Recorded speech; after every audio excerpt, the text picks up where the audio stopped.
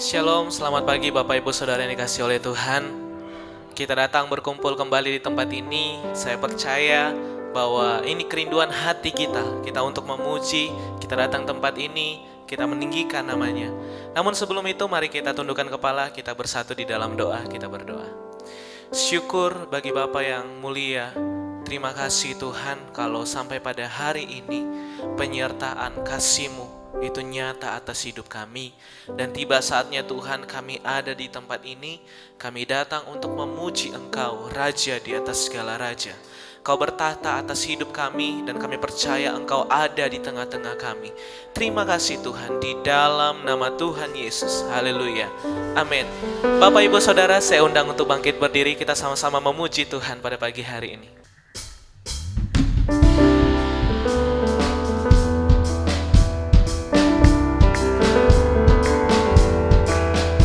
Mari pada pagi hari ini kita menari bagi Tuhan.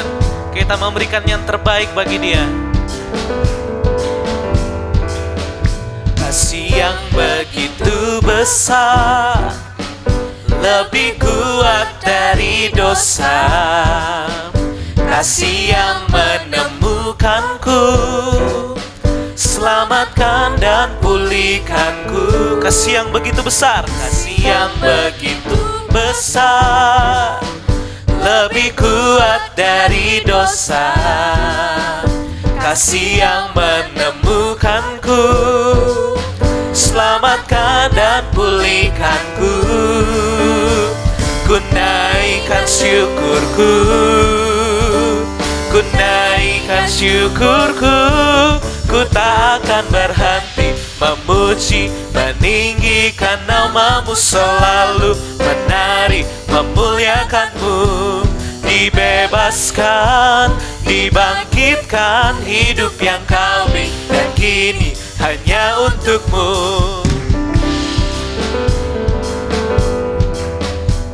Hanya Dialah sumber segalanya.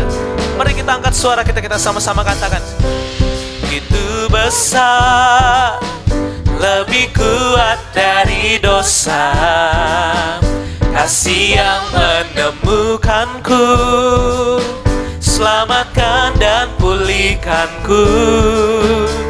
Ku naikkan syukurku, ku naikkan syukurku, ku naikkan syukurku, ku naikkan syukurku. Ku tak akan berhenti memuji, meninggikan nama-Mu, selalu menari, memuliakan-Mu. Dibebaskan, dibangkitkan, hidup yang Kau beri, dan kini hanya untuk-Mu. Takkan berhenti memuji, meninggikan nama-Mu, selalu menari, memuliakan-Mu. Dibebaskan, dibangkitkan, hidup yang Kau beri, dan kini hanya untuk-Mu.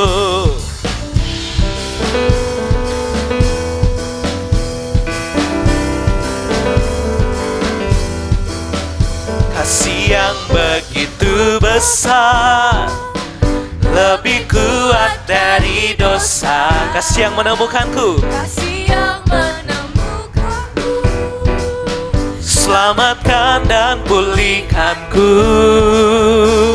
Ku naikkan syukurku, ku naikkan syukurku. Mari yang percaya katakan bersama-sama.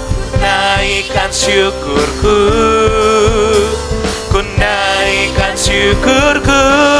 Ku tak akan berhenti memuji, meninggikan nama-Mu, selalu menari, memuliakan-Mu. Dibebaskan, dibangkitkan, hidup yang Kau beri, dan kini hanya untuk-Mu. Takkan berhenti memuji, meninggikan nama-Mu, selalu menari, memuliakan-Mu. Dibebaskan, dibangkitkan, hidup yang Kau beri, dan kini hanya untuk-Mu. Musik memuji Tuhan.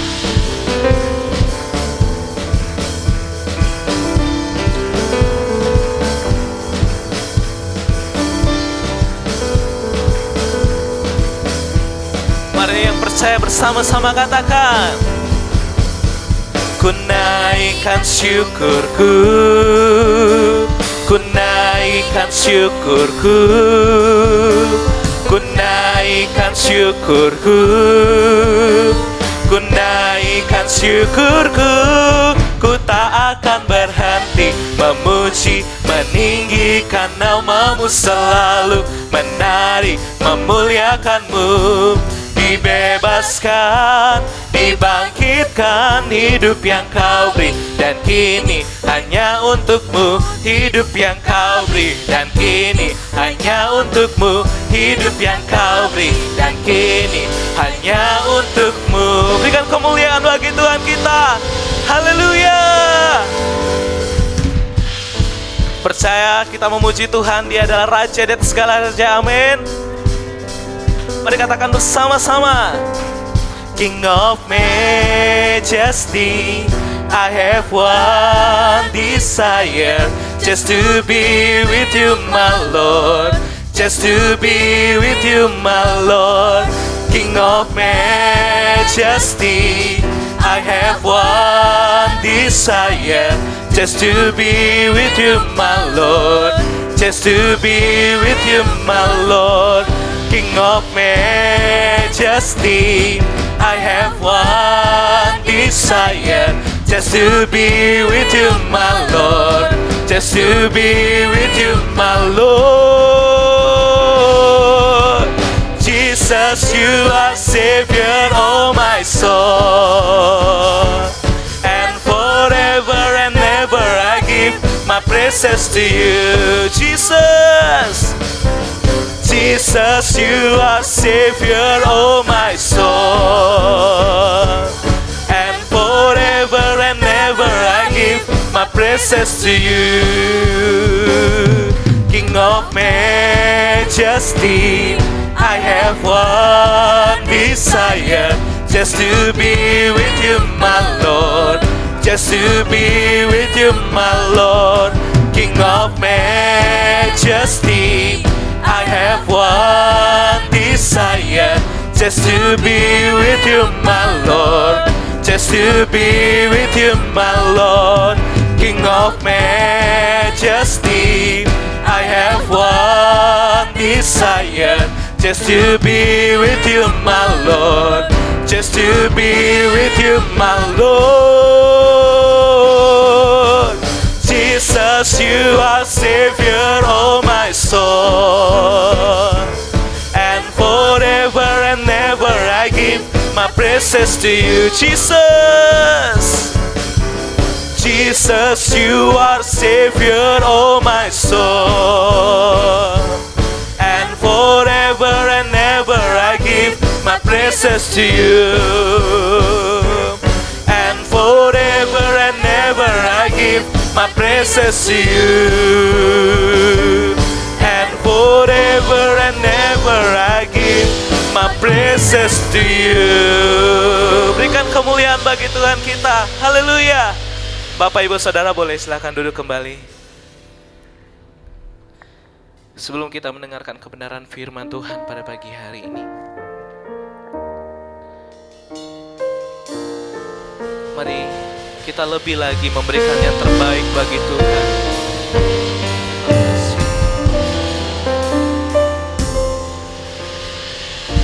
Hidup oleh anugerah-Mu, yang terbaik ku terima dari-Mu. Rancangan-Mu indah bagiku, sebab hidup selalu di dalam-Mu.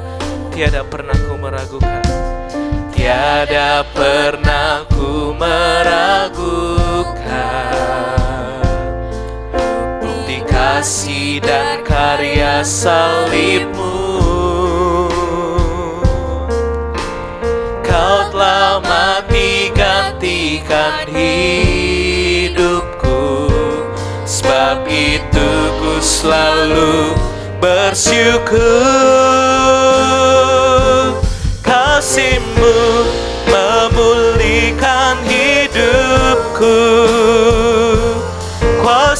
kuasamu membangkitkan rohku.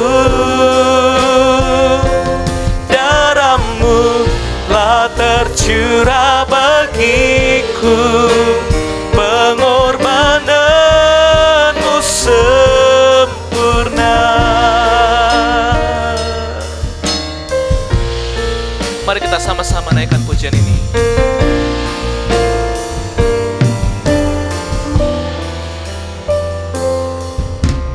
Ku hidup oleh anugerah-Mu, yang terbaik ku terima dari-Mu. Rancangan-Mu indah bagiku, sebab ku hidup selalu di dalam-Mu. Tiada pernah ku meragukan, pernah ku meragukan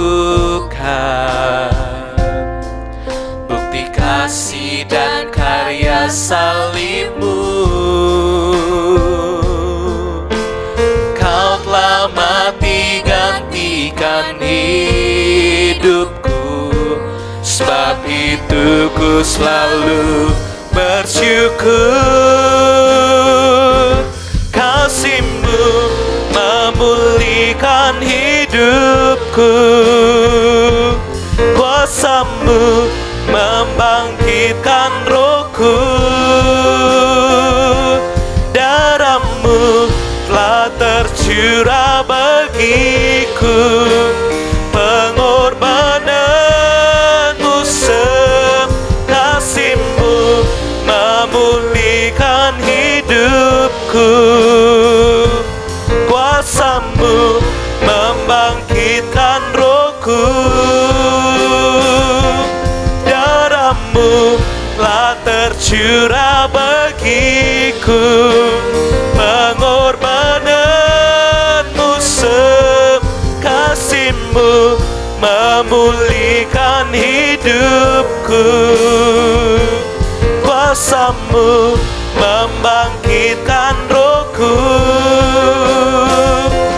Darah-Mu telah tercurah bagiku, pengorbananmu sempurna. Pengorbananmu sempurna. Pengorbananmu sempurna.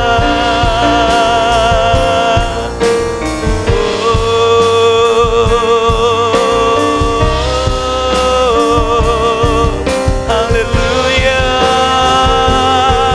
Kasih-Mu nyata Tuhan di dalam setiap hidup kami. Haleluya. Kami menyembah-Mu, Kau segalanya di dalam setiap hidup kami. Tuhan, kami memuji-Mu.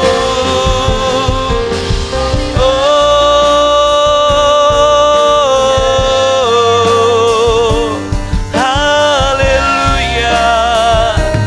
Haleluya.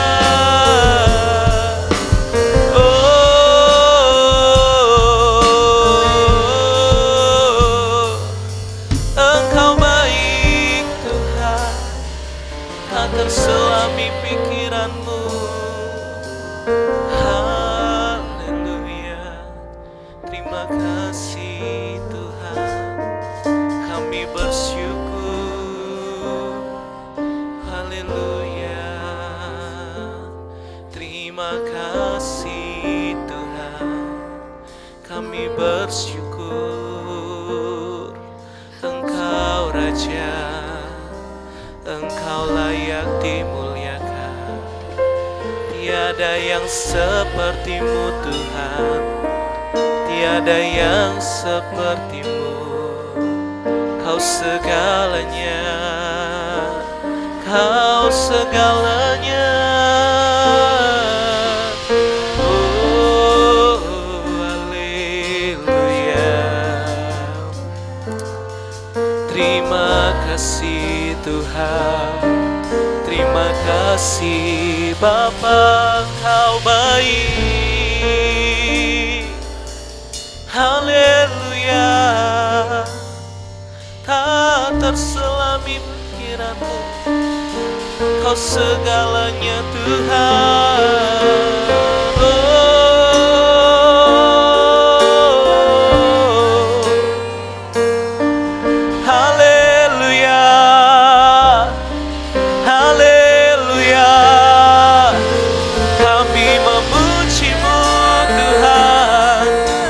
Memujimu Tuhan, Kau Raja, Kau Allah, Kau layak dimuliakan. Oh,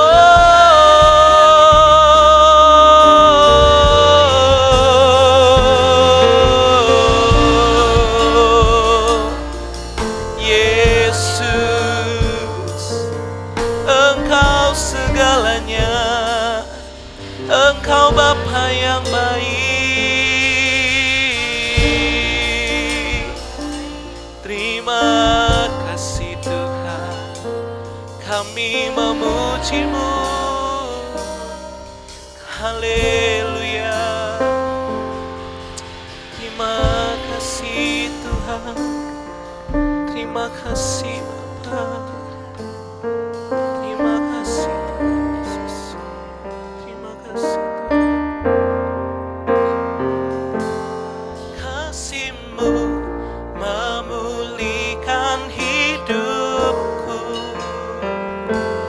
Kuasa-Mu membangkitkan rohku, darah-Mu telah tercurah bagiku, pengorbanan-Mu sekasih-Mu memulihkan hidupku. Kuasa-Mu membangkitkan rohku, darah-Mu telah tercurah bagiku, pengorbanan-Mu sekasih-Mu memulihkan hidupku. Kuasa-Mu membangkitkan rohku, telah tercurah bagiku, pengorbanan-Mu sempurna, pengorbanan-Mu sempurna, pengorbanan-Mu sempurna.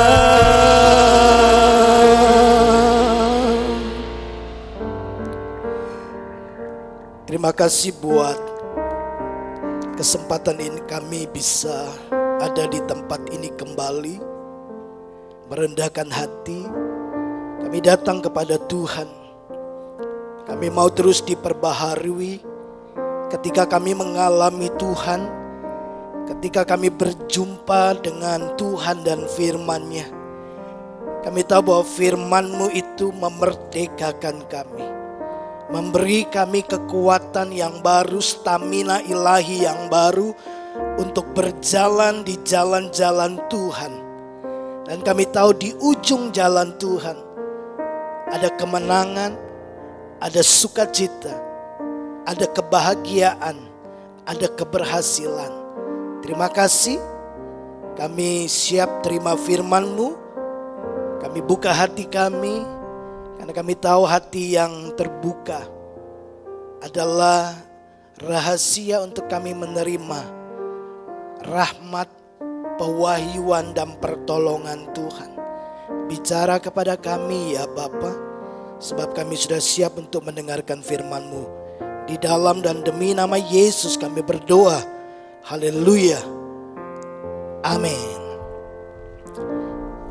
Ya, shalom Bapak Ibu. Apa kabar?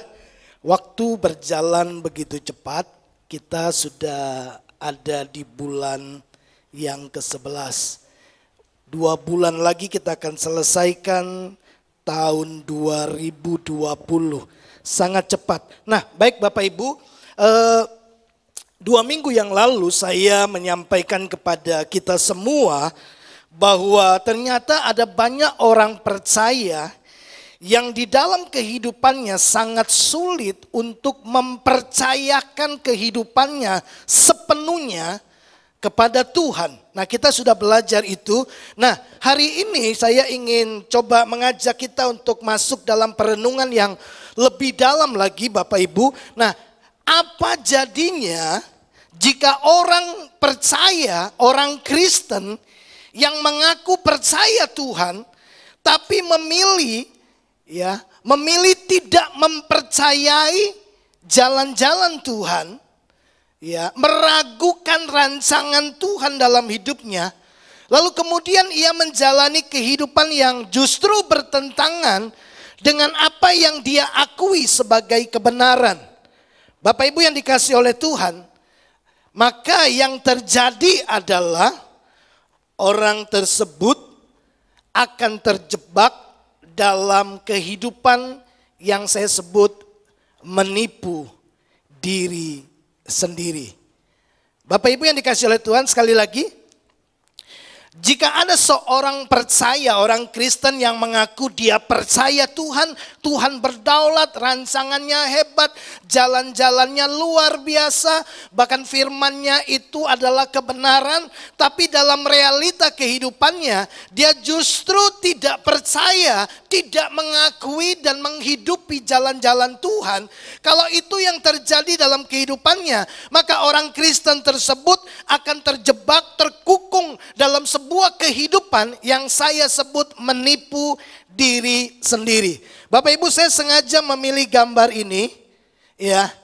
Saya tidak tahu apakah Bapak Ibu memahami atau enggak. Kalau ada seseorang ingin menyampaikan atau mengungkapkan sesuatu, lalu jarinya di belakang dia kasih begini, itu tandanya begini, aku tidak sungguh-sungguh menyampaikan kebenaran itu. Artinya gini, dia tahu bahwa dia sedang berbohong, tapi dia mengingatkan dirinya gini, bahwa aku tidak ngomong dari hati, hanya sekedar omongan biasa saja. Ya, tanda ini akan membatali kebohongannya, gitu. Ya, Bapak Ibu bisa cek itu waktu saya kecil, saya belajar dari beberapa orang-orang dewasa, kalau kamu mau ngomong, terus kamu takut bahwa kamu tuh berbohong, maka jarimu tuh diginikan. Nah, itu tandanya bahwa kamu ndak sungguh-sungguh, ya, bahwa kamu ndak serius untuk berbohong, gitu ya. Nanti apa yang kebohongan yang kamu sampaikan ndak diperhitungkan oleh Tuhan. Bapak Ibu, nah hari ini, kalau Bapak Ibu suka dengan tema, maka saya kasih tema menipu diri sendiri. Menurut Kamus Besar Bahasa Indonesia, KBBI, kata menipu, kata dasarnya adalah tipu. Apa itu tipu menurut Kamus Besar Bahasa Indonesia? Kata tipu itu memiliki pengertian begini, perbuatan atau perkataan yang tidak jujur, perkataan palsu, perkataan kebohongan dengan maksud, dengan tujuan untuk menyesatkan, untuk mengakali, mengelabui atau mencari untung. Ya, kita tahu kalau penipu itu selalu begini, waktu dia menyampaikan sebuah pernyataan atau perkataan statement, dia selalu punya motif, ya. Kalau penipu itu tidak pernah bertujuan untuk merugikan dirinya. Seorang penipu selalu mencoba mengelabui lawannya supaya dia mendapat keuntungan atau dia tidak disalahkan, dia tidak dituntut. Nah, itu penipu, ya. Bapak Ibu yang dikasihi oleh Tuhan, pertanyaan saya selanjutnya adalah begini, ya. Apakah orang yang menipu atau si penipu ini, apakah dia tahu kebenaran yang sesungguhnya? Ya, dia tahu. Ya, penipu tahu kebenaran yang sesungguhnya. Tapi demi mencari untung, demi rasa aman, demi tidak disalahkan, maka dia memilih untuk mengatakan dan menghidupi apa yang bertentangan dengan kebenaran yang dia ketahui. Kembali bahwa menipu atau membohongi diri sendiri, sederhananya begini Bapak Ibu. Dia tahu kebenarannya, tapi dia mengabaikannya dan bertindak berperilaku seolah-olah dia tidak tahu. Ya, menipu atau membohongi diri sendiri, orang itu tahu kebenaran, tahu hal yang sesungguhnya, tahu hal yang baik, ya, tapi kemudian dia mengabaikan dan bertindak berperilaku seolah-olah dia tidak tahu. Bapak Ibu, pertanyaannya sederhana. Kita mungkin berpikir, apakah ada orang yang mau menipu dirinya sendiri? Kita tahu kan bahwa penipu selalu merugikan orang yang ditipu dan menguntungkan yang si penipu sendiri, si pelaku sendiri. Nah, bagaimana mungkin kita menipu diri kita sendiri dan merugikan diri kita sendiri? Kita mungkin berpikir tidak ada orang yang mau menipu diri sendiri. Tapi faktanya Alkitab berkata ada. Bahwa ada dan banyak orang-orang percaya yang menipu dirinya sendiri. Mari kita lihat sejenak. Di dalam Yakobus pasal yang pertama ayat yang ke-22, penulis Yakobus berkata demikian. Tetapi hendaklah kamu menjadi pelaku firman dan bukan hanya pendengar saja. Ya, Alkitab menghendaki, Allah menghendaki supaya saudara didapati sebagai orang Kristen menjadi pelaku firman, bukan hanya pendengar saja, bukan hanya menjadi orang-orang yang cuma tahu firman Tuhan, tapi Alkitab menghendaki orang-orang di luar sana surga dan kerajaan kegelapan mendapati dan menemukan bahwa kita ternyata adalah pelaku firman dan bukan pendengar saja. Kenapa? Karena penulis Yakobus berkata gini, sebab jika tidak demikian, sebab jika didapati ternyata kita cuma pendengar saja dan bukan pelaku. Cuma dengar firman dan berkata amin. Cuma dengar firman dan berkata yes, aku tahu, aku percaya. Tapi bukan menjadi pelaku. Alkitab berkata saudara didapati sedang menipu diri sendiri. Jelas Alkitab berkata, sebab jika tidak demikian, apa yang dimasukkan demikian? Menjadi pelaku dan bukan pendengar. Kalau ternyata saudara didapati hanya pendengar saja dan bukan pelaku, Alkitab berkata, kita sedang menipu diri kita sendiri. Sudah jelas bahwa yang ditipu pasti dirugikan, betul? Yang menipu pasti diuntungkan. Apa jadinya kalau menipu diri sendiri? Sudah jelas bahwa nanti kita akan dapati, kita akan dirugikan. Nah, mari lihat lebih jelas lagi Bapak Ibu. Kata menipu dari bahasa Yunani menggunakan kata paralogizomai. Ya, apa itu paralogizomai? Yang pertama, menipu, karena ini kaitannya menipu diri sendiri. Berarti kita sedang menipu diri kita menggunakan perhitungan atau analisa yang salah atau analisa yang palsu. Sekali lagi, menipu diri sendiri, kita sedang menipu diri kita menggunakan perhitungan-perhitungan yang salah dengan menggunakan analisa-analisa yang palsu. Mari saya beri contoh. Kita mendengar kebenaran tentang mengampuni. Ya, beberapa hari yang lalu saya ketemu dengan seorang anak muda, wanita. Saya bersama istri saya dan salah seorang full timer tempat ini, kami berkunjung ke sana. Karena waktu ketemu diskusi saya tahu gini, ini wanita sedang mengalami kepahitan yang sangat amat dalam. Lalu saya berkata kepadanya, kamu kalau mau pulih kehidupanmu dan menikmati kehidupan yang bahagia, kamu harus bereskan hatimu. Bagaimana caranya? Mengampuni. Ampuni orang yang menyakiti kamu. Lalu saya berkata begini, ampuni adikmu. Wow, waktu dia mendengar kata adik gitu saja, dia langsung gemetaran begitu. Saya bilang, kamu harus mengucapkan dengan mulutmu sendiri, ya, bahwa kamu mengampuni kesalahan-kesalahan dan kejahatan-kejahatan yang sudah dilakukan adikmu kepadamu, dan dengan menyebut namanya di hadapan Tuhan. Bapak Ibu, menyebut namanya saja dia bilang begini, hati saya sudah berdebar-debar, itu tangan saya sudah mulai gemetar. Ya, lalu dia berkata, saya tahu bahwa saya harus mengampuni. Ya, saya pikir saya sudah mengampuni. Ya, yang penting saya tidak buat jahat sama adik saya. Yang penting saya tidak ketemu sama dia, ya sudahlah. Saya pikir itu sudah mengampuni. Jadi dia tahu bahwa dia harus mengampuni adiknya, tapi dia mencoba menipu dirinya sendiri, mengambil kebenaran yang palsu dengan berkata begini, saya mengampuni. Nah, nyatanya saya tidak berbuat jahat kepada adik saya tidak membalas kejahatannya, tapi yang penting saya tidak perlu ketemu sama dia.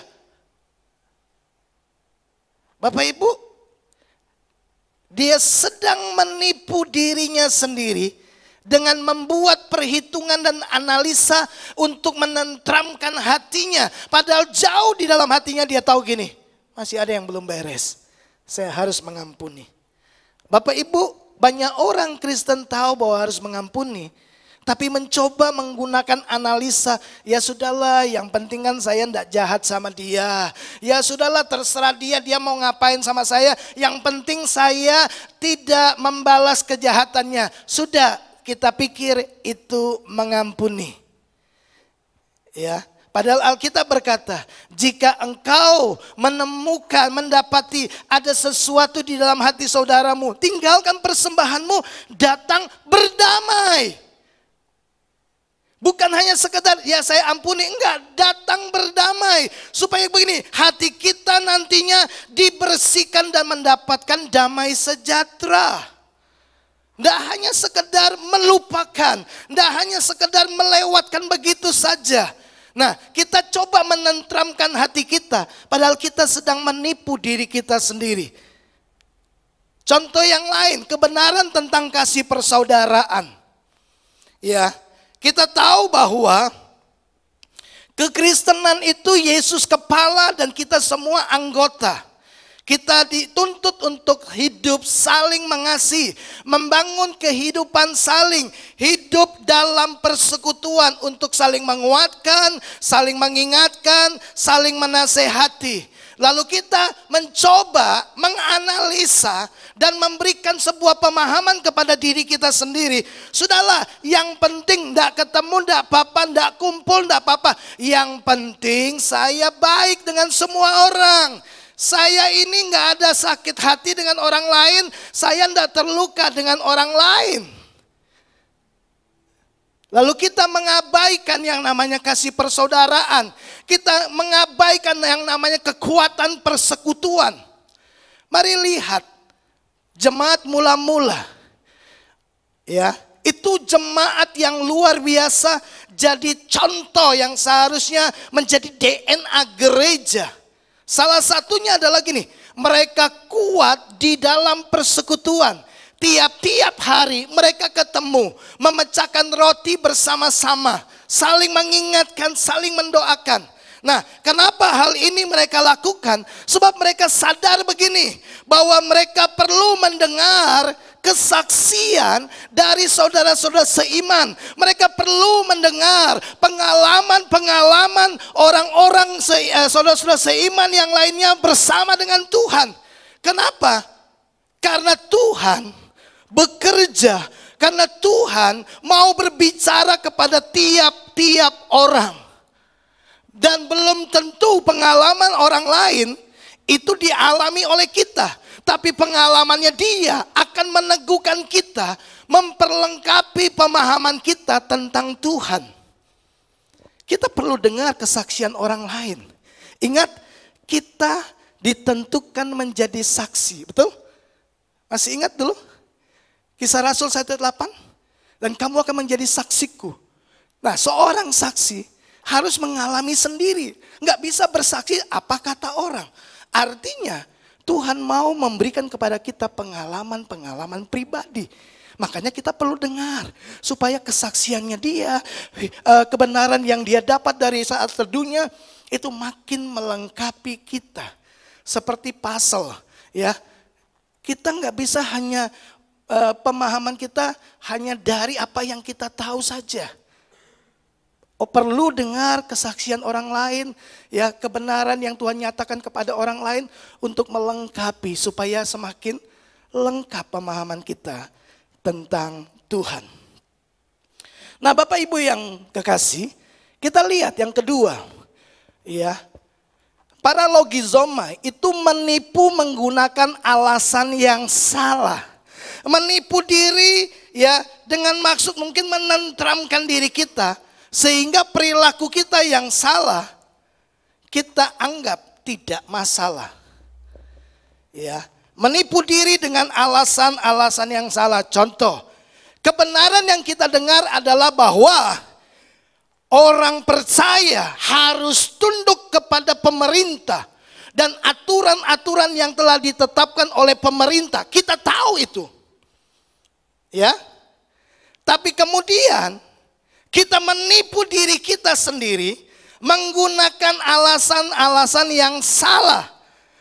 Contoh, bahwa kalau kita keluar rumah, kita harus pakai masker.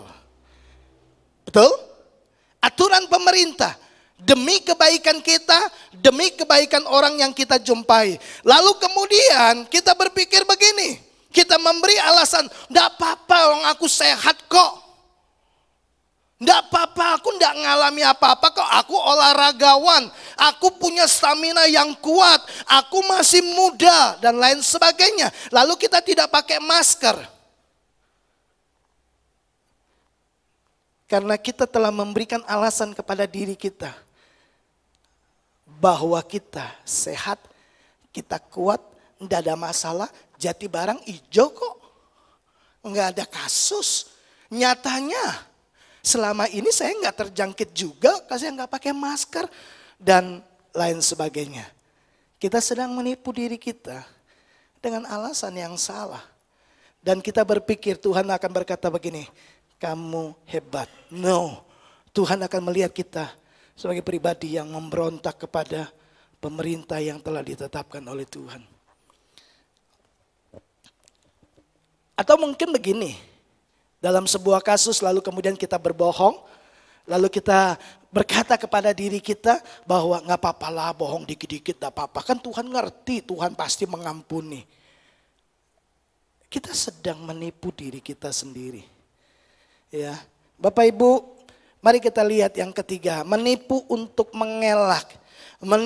Kita menipu diri kita supaya begini, kita terhindar. Mengelak itu supaya kita terhindar dari tuntutan, terhindar daripada disalahkan. Sehingga kita mencoba mengungkapkan kebenaran yang tidak benar. Nah, mari saya mengajak Bapak Ibu Saudara, Alkitab memberikan sebuah analogi untuk kita memahami bagaimana menipu diri sendiri. Coba lihat di dalam Yakobus pasal yang pertama. Ya, di ayatnya yang ke-23 dan 24 dikatakan demikian.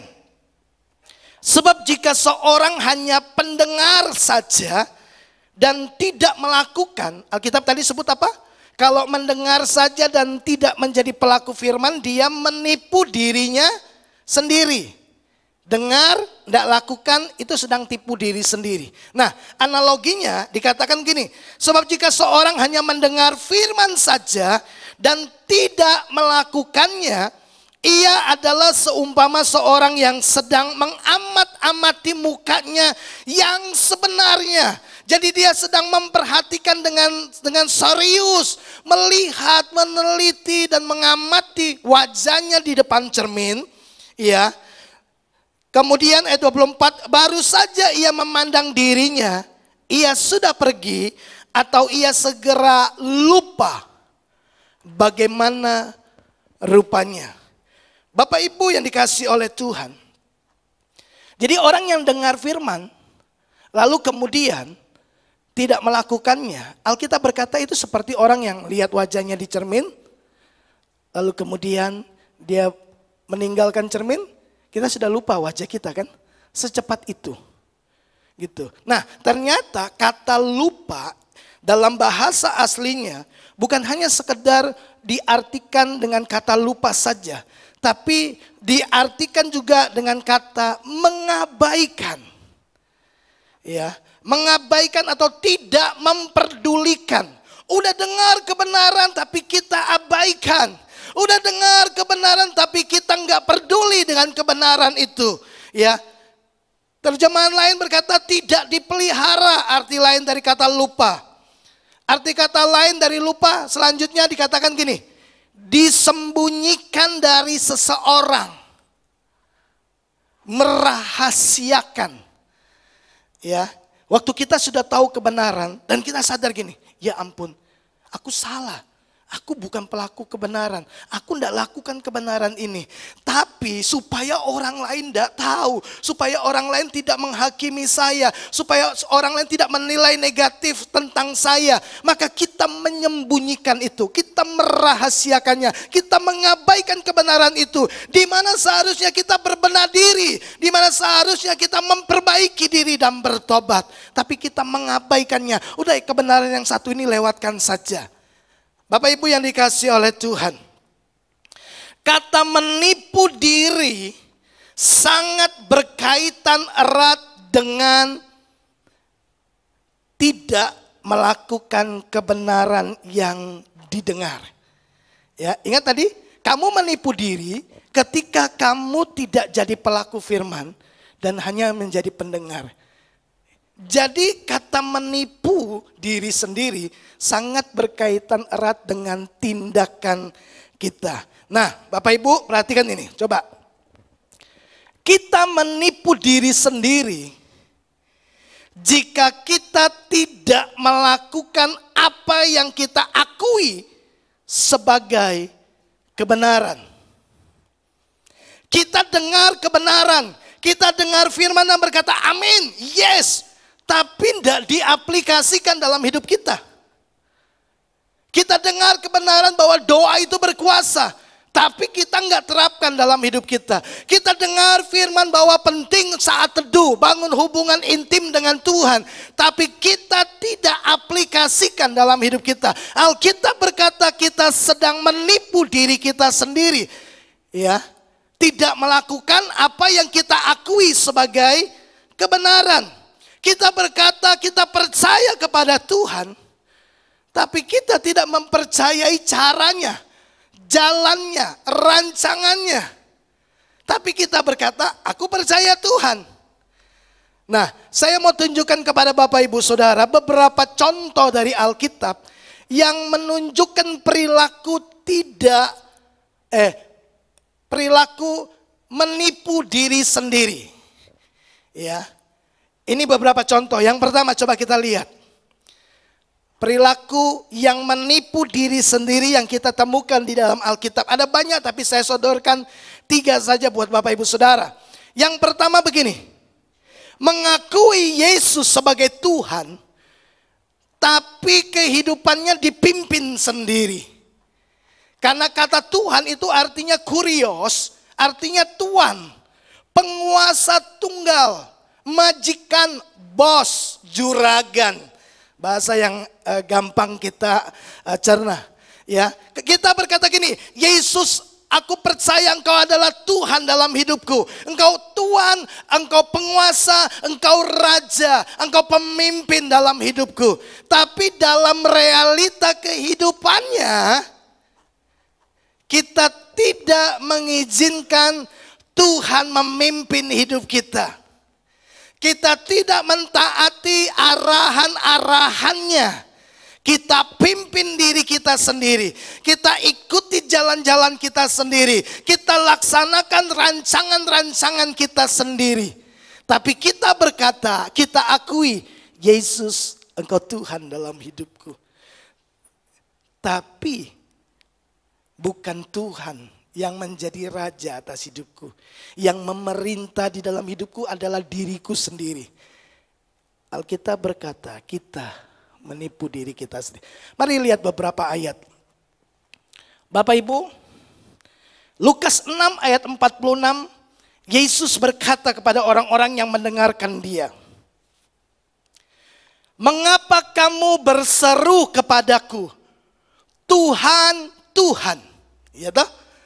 Mereka panggil Yesus adalah Tuhan. Yesus berkata, kenapa kamu berseru kepadaku? Kenapa kamu panggil aku Tuhan, Tuhan? Padahal yang didapati dalam hidupmu, kamu tidak melakukan apa yang aku katakan. Sudah lihat? Tapi mengakui Yesus sebagai Tuhan, tapi tidak lakukan perintah Tuhan. Engkau Tuhan, Engkau Raja, Kau penguasa tunggal dalam hidupku. Tapi perintah-perintahnya kita nggak mau lakukan. Coba lihat lagi satu ayat. 1 Yohanes 2 ayat yang keempat. Barang siapa berkata, aku mengenal dia, tetapi ia tidak menuruti perintahnya, ia adalah seorang pendusta, pembohong, penipu, dan di dalamnya tidak ada kebenaran.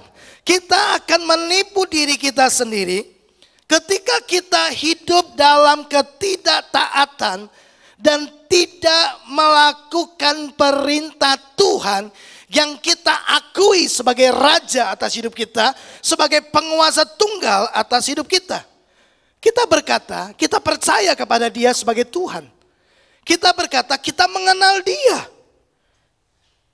Tapi kalau kita tidak menuruti perintahnya, Alkitab sebut kita pendusta. Kita penipu. Kita sedang membohongi diri kita sendiri. Oke? Kita mengakui firman Tuhan sebagai kebenaran.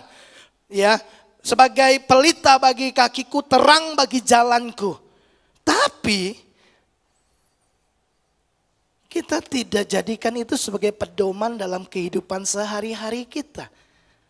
Kita tidak menjadikan firman Tuhan sebagai otoritas yang memberikan arahan yang benar dalam kita membuat keputusan dan menjalani kehidupan sehari-hari.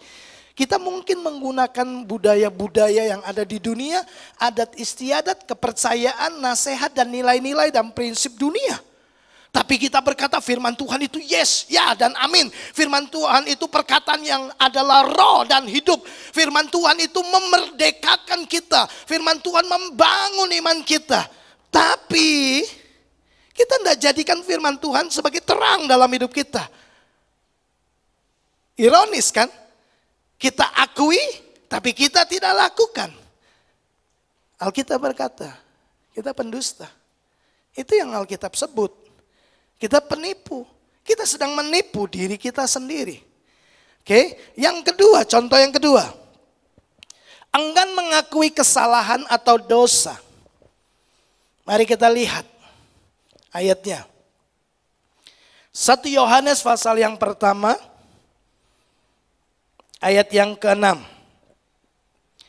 Jika kita katakan kita beroleh persekutuan dengan Dia, kita terhubung dengan Tuhan. Tuhan ada di dalam saya dan saya ada di dalam Tuhan, ya. Namun kita hidup dalam kegelapan. Kita hidup di dalam kegelapan. Sementara Tuhan adalah terang. Artinya kita berseberangan dengan Tuhan. Dia terang. Kok kita hidup dalam kegelapan? Tapi kita berkata, saya percaya Tuhan, saya mengasihi Tuhan, saya bersekutu dengan Tuhan, saya beribadah kepada Tuhan. Ya, Alkitab berkata kita berdusta dan kita tidak melakukan kebenaran. Ayat yang ke-8 selanjutnya dikatakan begini.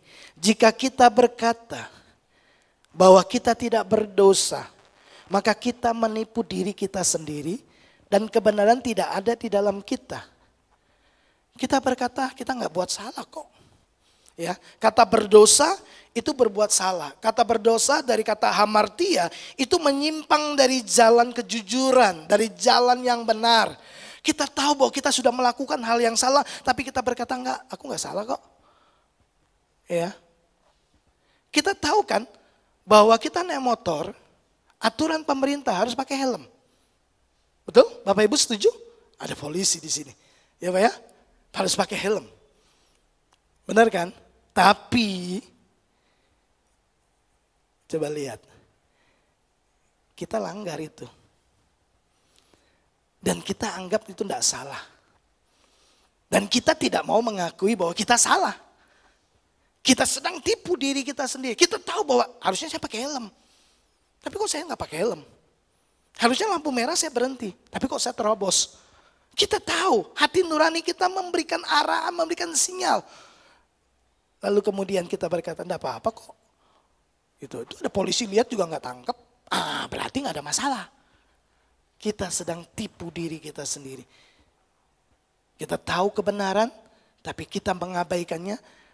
Lalu kemudian kita memberikan alasan-alasan palsu untuk menenteramkan hati nurani kita yang sedang tuduh kita bahwa kita melakukan dan sedang hidup di dalam kegelapan, tidak di dalam terang.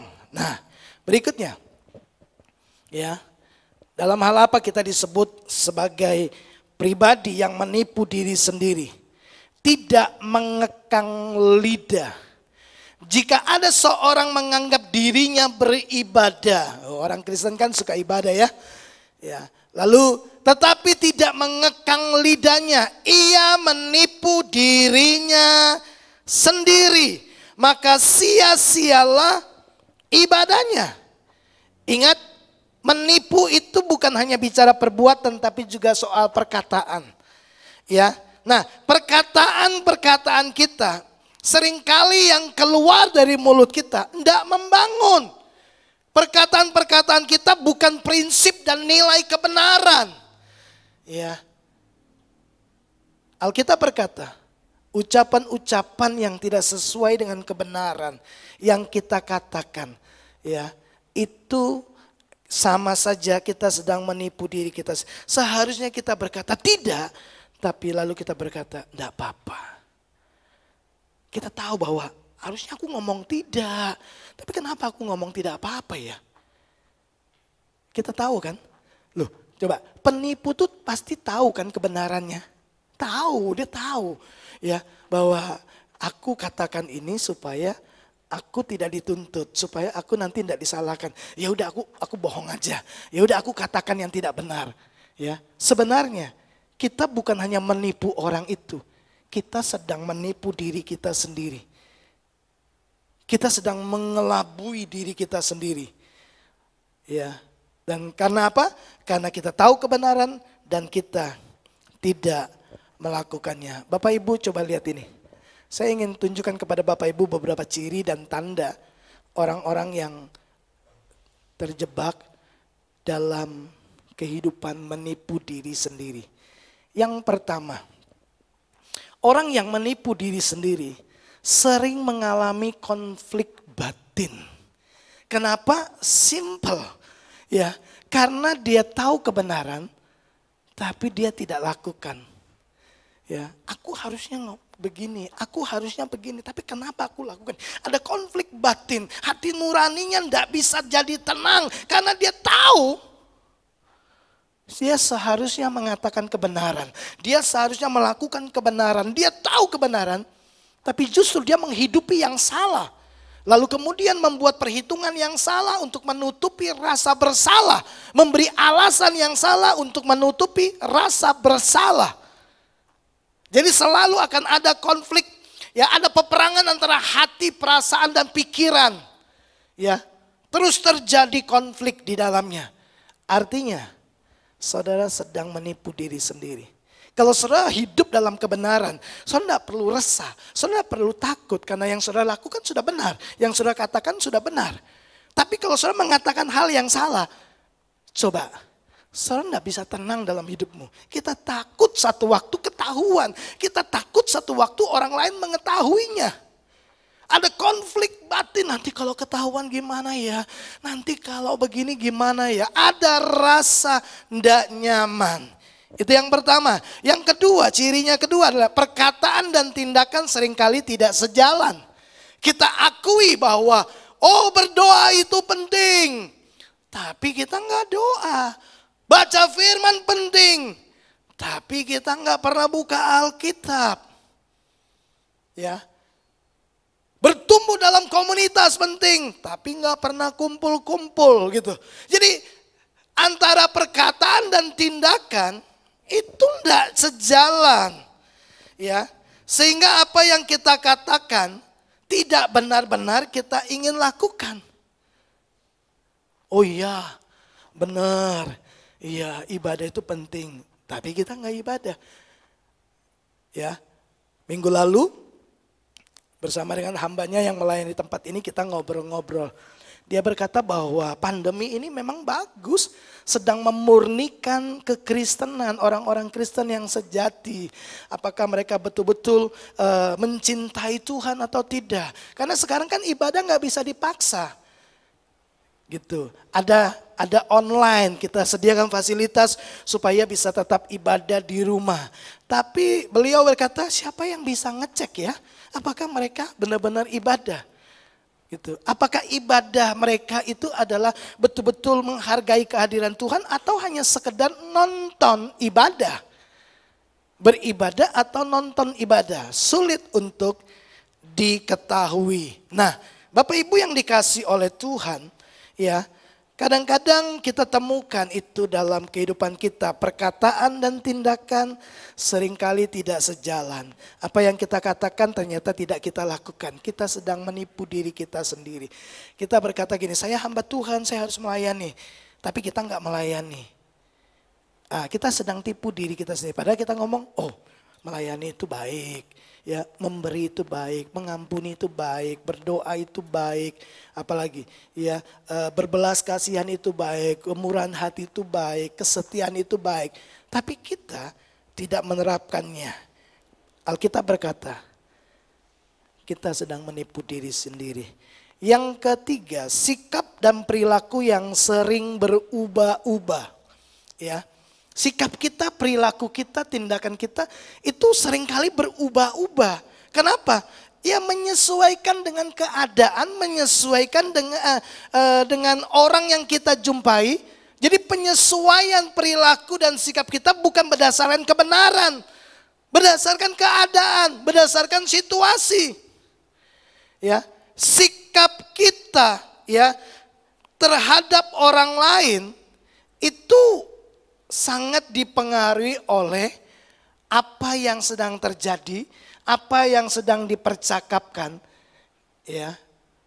Karena kita nggak konsisten hidup dalam kebenaran, sehingga kita menyesuaikan saja, ya. Lalu sikap kita, respon kita, perilaku kita gampang berubah-berubah. Selain sikap terhadap diri sendiri, juga sikap terhadap orang lain juga akan berubah. Ya, kita bukan hanya menipu diri kita, tapi orang lain juga menjadi korban dalam kehidupan kita. Kalau kita nggak bisa jujur dengan diri kita sendiri, kita pasti susah untuk jujur dengan orang lain. Ya, nah Bapak Ibu yang terakhir coba lihat cirinya, ada banyak sih. Tapi ini yang saya coba sodorkan kepada Bapak Ibu Saudara. Nggak nyaman jadi diri sendiri. Kita merasa nggak percaya diri. Kenapa? Karena ingat ini, penipu tahu yang sebenarnya. Tapi dia memilih menghidupi yang salah. Dia memilih untuk mengatakan yang salah. Dia memilih untuk menjalani apa yang salah. Tapi dia tahu bahwa yang benar itu ini. Ya. Yang benar itu bahwa sebenarnya produk ini sih bukan produk berkualitas gitu. Tapi supaya mengelabui kliennya, dia berkata ini bagus, ini produk yang terbatas, enggak banyak ini. Kalau bapak enggak ambil, ibu enggak ambil hari ini udah lewat kesempatan gitu. Padahal dia tahu gini, ini sebenarnya mas cuma 3 bulan sini sudah rusak, sudah banyak gangguan. Tapi, nah itu kan penipu. Dia tahu kebenarannya, tapi dia mengungkapkan yang salah. Nah, orang yang seperti ini, dia enggak akan pernah nyaman ya dengan dirinya sendiri. Ya. Kenapa? Karena dia merasa tidak percaya diri. Dia takut, dia cemas, semua apa? Semua akibat karena dia menghidupi hal yang tidak benar. Dia tidak jujur dalam kehidupannya. Bapak Ibu, dengan cepat, apa yang terjadi kalau kita terus membiarkan diri kita ya menipu diri sendiri. Menipu diri sendiri adalah ketika kita mengakui kebenaran, mendengar kebenaran dan tidak melakukannya. Yang pertama akibatnya sederhana, saudara akan hidup dalam kekhawatiran dan ketakutan. Tidak bisa tenang dalam kehidupan. Kenapa? Karena saudara tahu bahwa hati nuranimu mengingatkan kamu terus bahwa kamu salah. Seharusnya kamu berdamai dengan dia. Seharusnya kamu memberi pertolongan untuk dia. Seharusnya kamu datang kepada Tuhan, menyerahkan diri, berdoa, minta pertolongan Tuhan, akui kesalahanmu. Ya, tidak bisa tenang selama kita menipu diri kita sendiri. Kenapa? Sebab kebohongan itu selalu bawa teman. Ya. Kita berbohong, kemudian harus berbohong untuk menutupi kebohongan, harus menutupi kebohongan berikutnya, dan seterusnya. Sehingga kita nggak pernah tenang. Ya, yang kedua, kita nggak akan pernah hidup bahagia. Kita nggak akan pernah puas dalam kehidupan. Kenapa? Sederhana, konflik batin. Ya. Nah, bagaimana kita bisa menang atas cara hidup yang salah ini? Yang pertama, bertobat. Ya. 1 Yohanes 1 ayat 9, jika kita mengaku dosa kita. Ya. Jika kita mengaku dosa kita. 1 Yohanes ayat yang ke-8 berkata 8 tadi kita baca, enggan mengakui kesalahan. Kalau kita berkata saya tidak salah, saya tidak berdosa, saya tidak melakukan kejahatan. Ya. Alkitab berkata bahwa kita sedang menipu diri kita sendiri kalau ternyata memang kita sadari bahwa kebenaran yang kita tahu tidak kita aplikasikan dalam hidup kita. Nah, apa solusinya? Ayat yang ke-9 dari 1 Yohanes pasal yang pertama berkata, jika kita mengaku dosa kita, maka ia adalah setia dan adil sehingga ia akan mengampuni segala dosa kita dan menyucikan kita dari segala kejahatan. Tidak ada cara lain, datang kepada Tuhan dan bertobat. Tinggalkan semua kepalsuan, tinggalkan semua kebohongan. Jangan tipu diri saudara sendiri. Saudara akan tidak pernah bahagia, saudara tidak pernah nyaman dalam jadi hidupmu sendiri. Saudara akan selalu dikuasai oleh rasa takut, rasa khawatir, rasa cemas. Kenapa? Karena saudara ada di dalam kegelapan. Bukan ada di bawah terang firman Tuhan. Kita mengakui Tuhan sebagai Yesus sebagai Tuhan, tapi kita tidak mengizinkan dia memimpin kehidupan kita. Sudah jelas bahwa kita akan ada di jalan yang salah. Karena Yesuslah jalan itu, tapi kita nggak mau ada di jalan itu. Ya, yang kedua, bagaimana supaya kita mengakhiri kehidupan menipu diri sendiri? Sederhana, jadilah pelaku firman. Oke, tetapi hendaklah kamu menjadi pelaku firman dan bukan hanya pendengar saja. Sebab jika tidak demikian, kamu menipu diri sendiri. Kalau kita menjadi pelaku firman dan bukan hanya pendengar saja, kita tidak akan pernah menipu diri kita sendiri. Kenapa? Karena kita menghidupi setiap kebenaran yang kita dengar.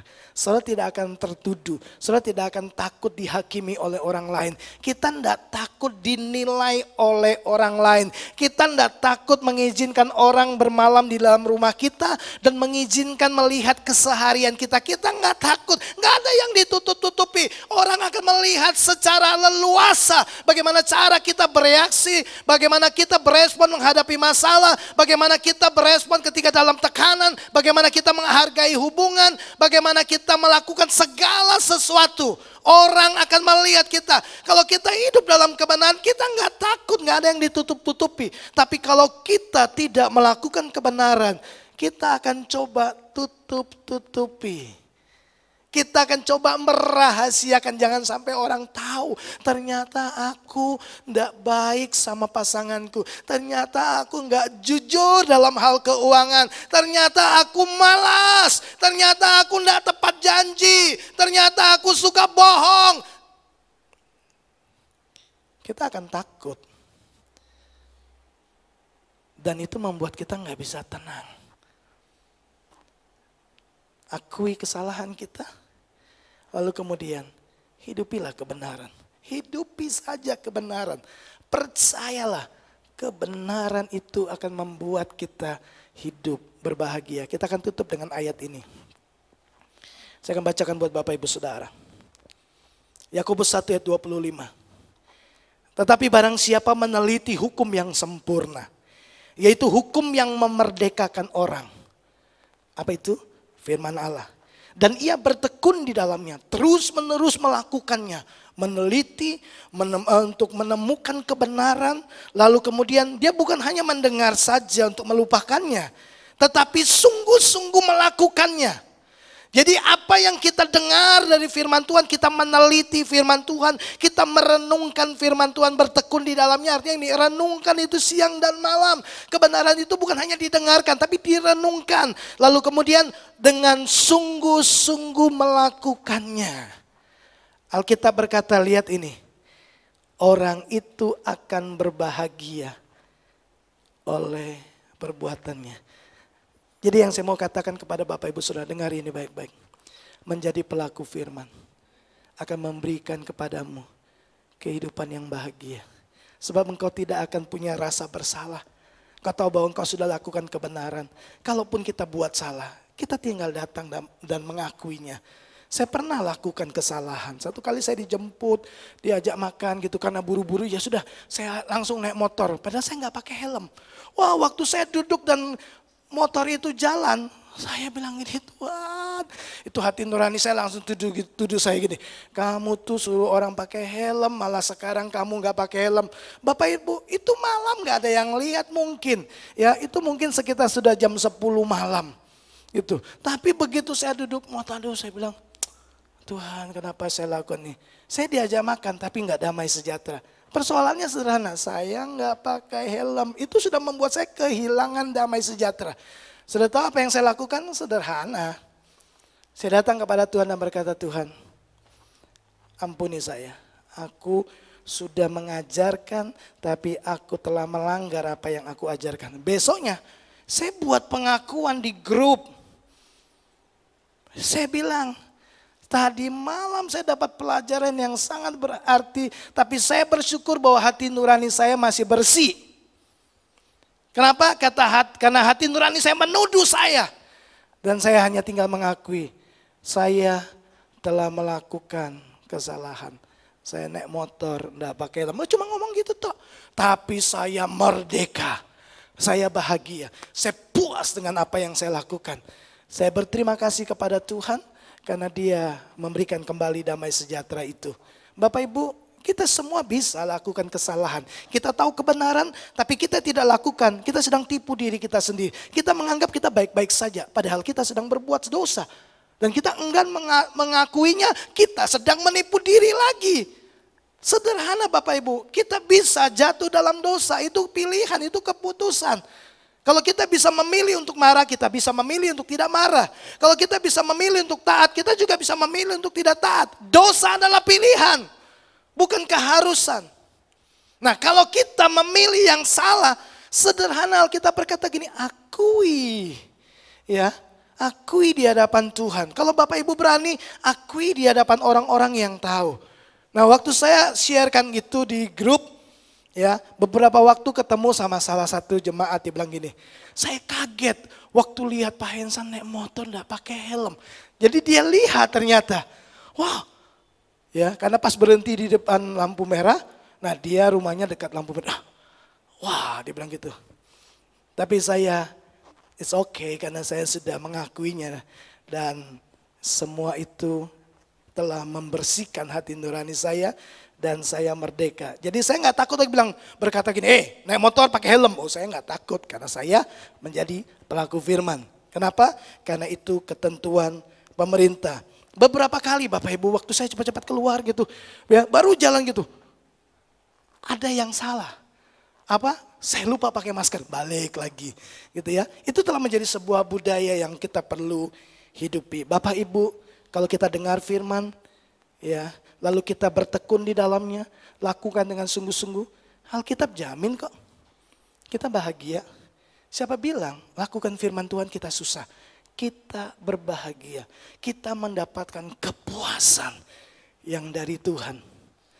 Kiranya kebenaran ini memberkati kita. Kalau kita dapati, kita checklist itu, saya sering kali tipu diri saya sendiri. Yuk bertobat, yuk akui di hadapan Tuhan. Lalu kemudian ambil komitmen, mulai hari ini semua kebenaran yang aku dengar, yang aku ketahui, yang aku sudah pahami, aku harus melakukannya. Supaya aku berbahagia oleh apa yang aku lakukan sesuai dengan firman Tuhan. Tuhan memberkati kita.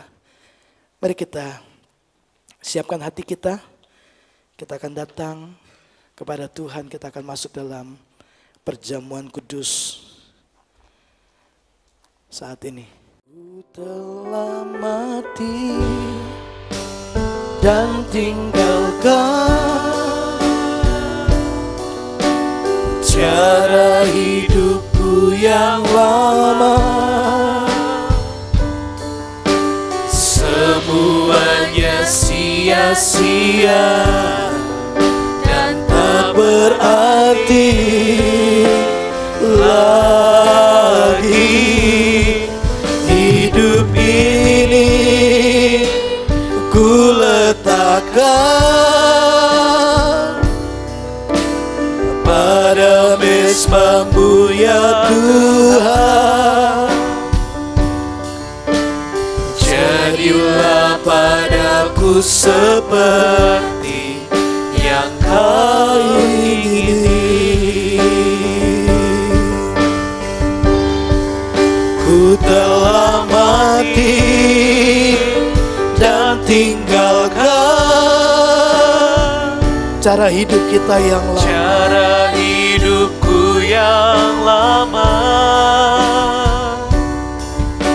Semuanya sia-sia dan tak berarti lagi. Hidup ini ku letakkan pada mesbah-Mu ya Tuhan. Jadilah padaku seperti yang Kau ingini.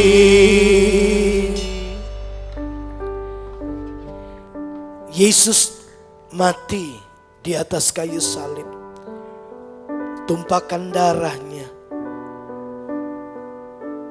untuk menebus kita, supaya kita tidak lagi hidup dengan cara yang lama, supaya kita meneladani Dia, hidup di dalam kebenaran.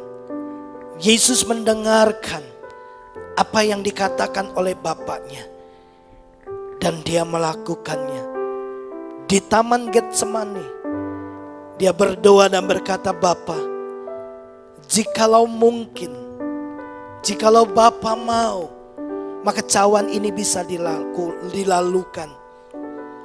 Tapi Dia berkata, jika itu harus dilalui, jadilah kehendak-Mu dan bukan kehendak-Ku. Mari kita belajar meneladani Yesus Kristus. Mendengar dan melakukan. Yesus berkata, orang yang mendengar firman Tuhan dan melakukannya, dengan ini ia digambarkan. Ia seperti orang yang membangun rumah di atas batu, menggali tanah dalam-dalam dan meletakkan batu sebagai dasarnya. Apapun badai yang datang, goncangan, tantangan yang datang, dia tidak akan tergoyahkan. Dia akan tetap tinggal tenang, kuat, tidak tergoncangkan. Dia akan berbahagia oleh karena perbuatannya. Mari sebelum kita ambil bagian dalam persekutuan dengan tubuh dan darah Tuhan, masing-masing kita mengevaluasi diri kita.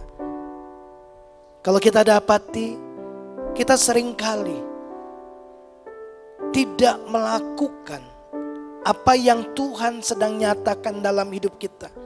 Tapi di satu sisi kita mengakui Dia sebagai Tuhan. Mari kita mau datang kepada Tuhan dan bertobat. Akui dosa kita dan ambil komitmen untuk menjadi pelaku firman. Bukan hanya pendengar saja. Supaya kita berbahagia ketika kita melakukan firman Tuhan. Bapa, terima kasih. Kami tahu darah-Mu telah menyucikan kami, membersihkan hati nurani yang jahat menjadi hati nurani yang bersih, yang telah dibenarkan oleh Tuhan. Tolong kami hidup dalam tuntunan kebenaran batin kami, supaya kami bukan hanya menjadi pendengar firman, supaya kami tidak menipu diri kami sendiri ketika kami didapati hanya pendengar saja dan bukan pelaku firman. Hari ini di hadapan Tuhan, tilik hati kami, ujilah hati kami, selidikilah jalan-jalan hidup kami. Kiranya Tuhan dapati kami bukan hanya menjadi pendengar, tapi pelaku firman. Terima kasih Bapa. Kami akan masuk dalam persekutuan dengan tubuh dan darah-Mu. Berkati roti dan anggur yang melambangkan tubuh dan darah-Mu, supaya setiap kami yang ambil bagian dalam persekutuan, dalam perjamuan kudus hari ini, kami diberkati, kami dibangun imannya, kami semakin terus membangun kehidupan yang mengingat pengorbanan Tuhan atas hidup kami.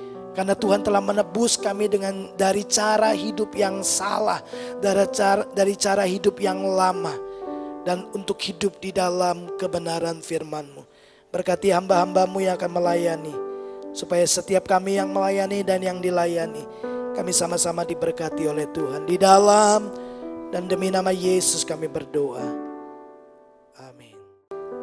Kita angkat roti di tangan kanan kita lebih tinggi dari kepala kita. Dan dengarkanlah firman Tuhan.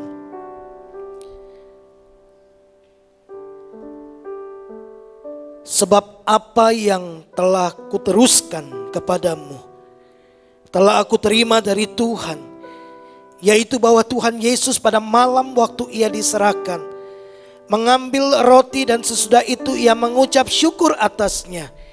Ia memecah-mecahkannya dan berkata, inilah tubuhku yang diserahkan bagi kamu. Perbuatlah ini menjadi peringatan akan aku. Bukankah roti yang di tangan kanan kita, yang atasnya kita ucapkan syukur, adalah persekutuan dengan tubuh Kristus? Amin. Mari kita makan bersama-sama dalam nama Yesus.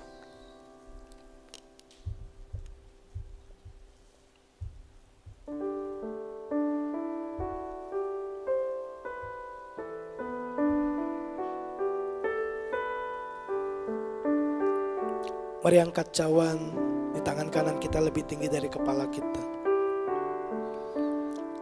Demikian juga Ia mengambil cawan sesudah makan lalu berkata, cawan ini adalah perjanjian baru yang dimateraikan oleh darahku. Perbuatlah ini setiap kali kamu meminumnya, menjadi peringatan akan aku. Bukankah cawan yang di tangan kanan kita ini, yang atasnya kita ucapkan syukur, adalah persekutuan dengan darah Kristus? Amin. Mari kita minum bersama-sama dalam nama Yesus.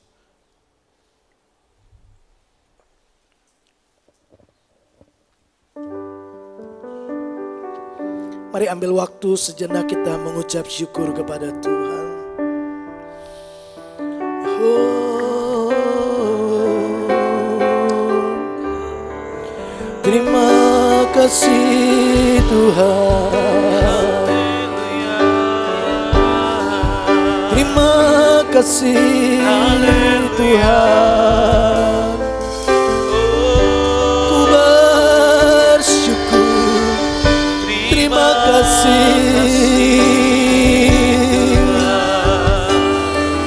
Terima kasih Tuhan. Ku tinggikan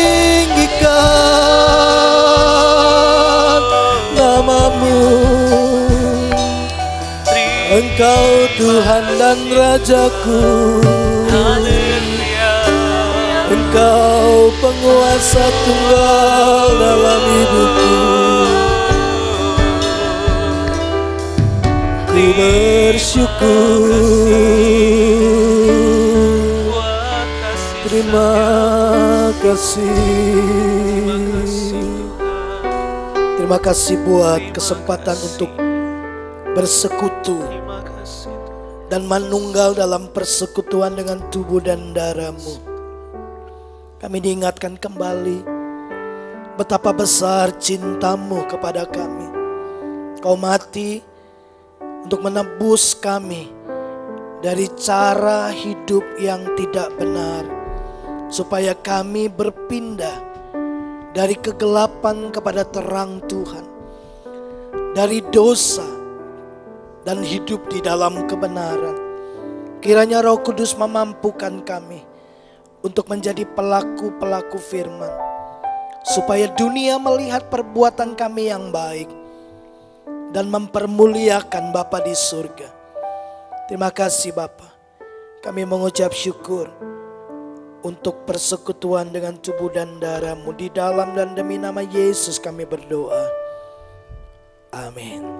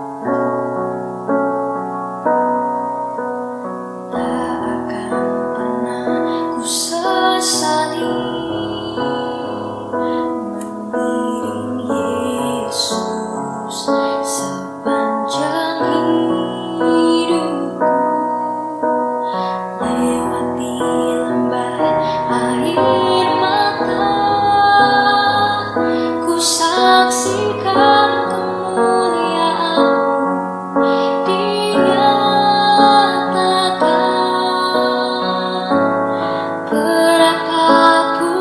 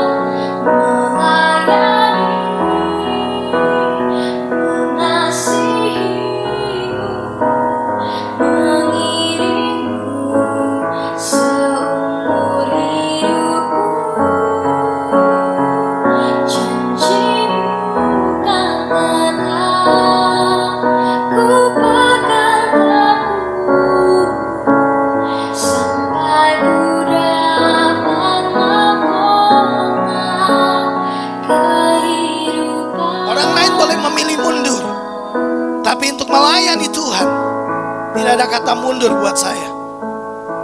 Mendedikasikan hidup bagi Tuhan dan kerajaannya, tidak ada kata mundur. Karena saya tahu Dia terlalu sangat-sangat berharga bagi saya. Sampai berakhir kehidupan.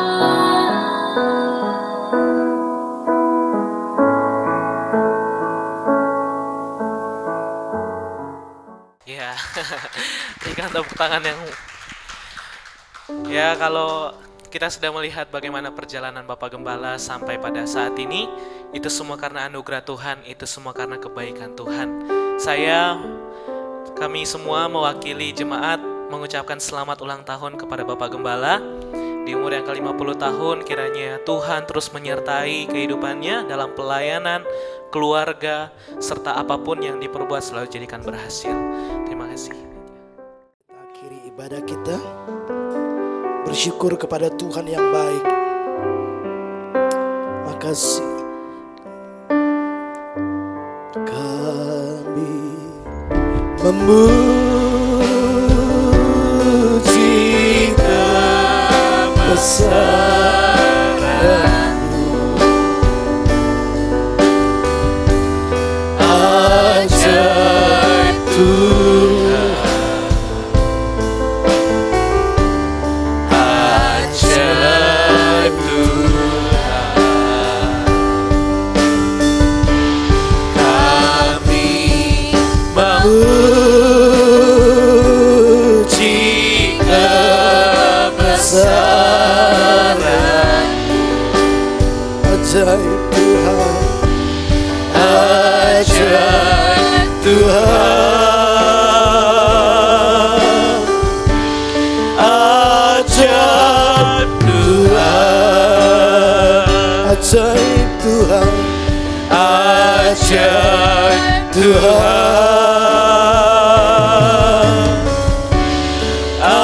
ajaib Tuhan. Bagimu segala hormat, bagimu segala pujian.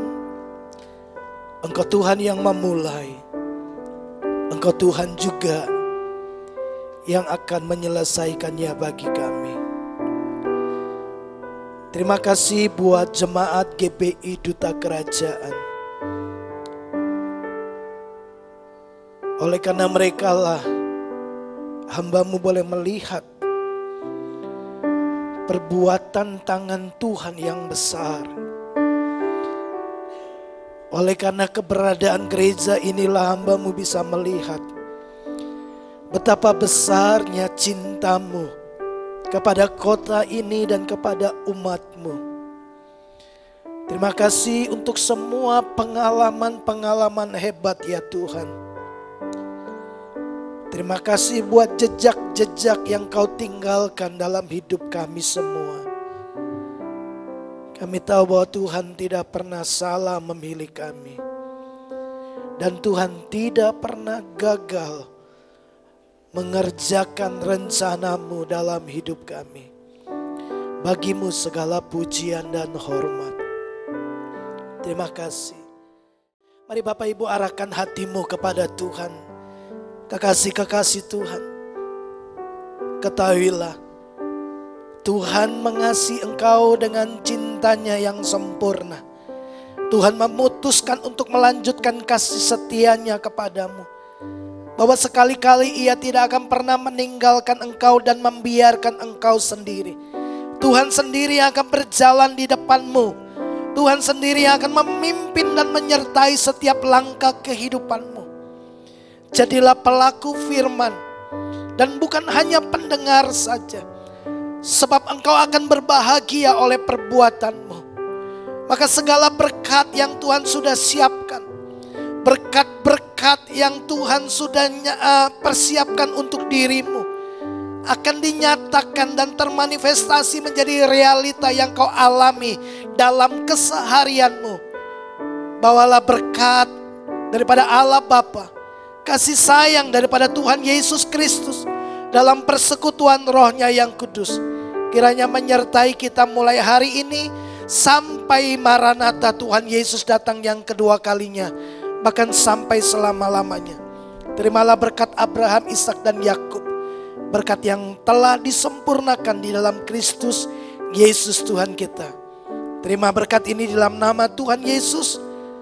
Setiap kita yang percaya dan diberkati Tuhan, mari bersama-sama katakan amin. Tuhan memberkati kita semua.